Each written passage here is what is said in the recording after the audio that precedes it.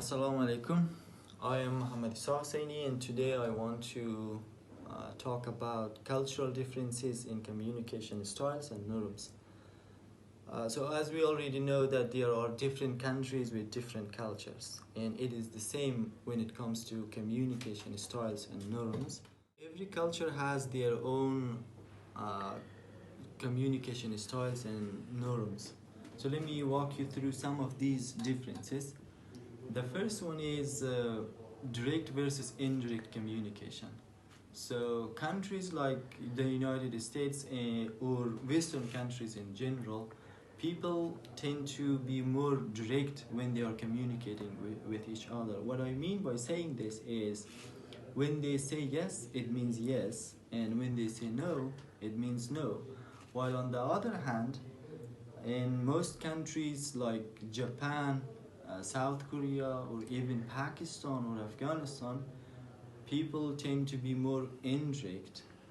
And so, for example, if someone offers something to another person, it is a very common or normal thing for that person not to accept for the first time.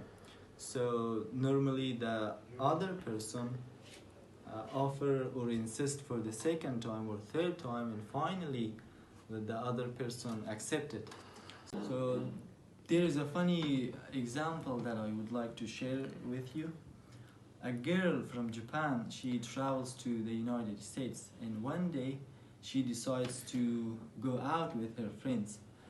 During lunchtime, her friends ask her that, would you like us to get something for you? She says, no, thank you. So they order for themselves, and then once the order is ready, they start eating. But the poor girl, she just sits there and watching them eating while she is actually starving to death internally.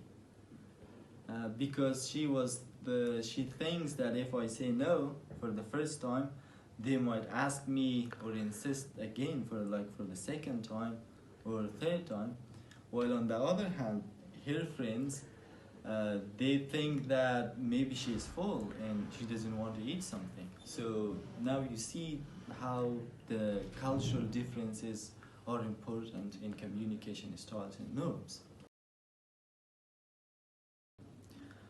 And the second difference is high context versus low context communication. In high context communication, it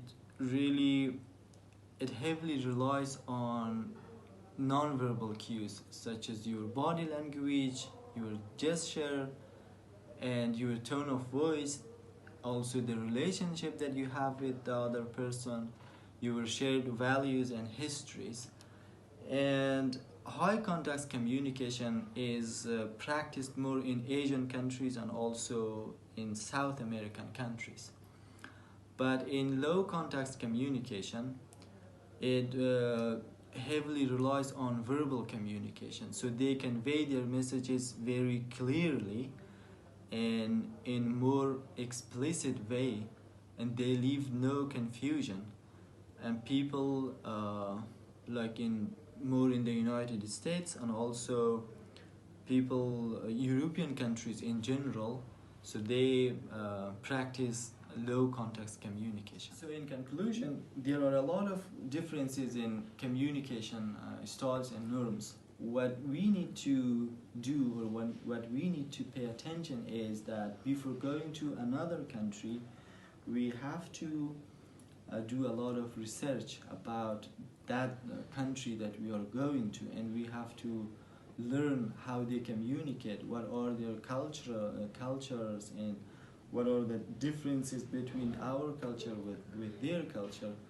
So by learning these differences, then we can communicate easily and effectively.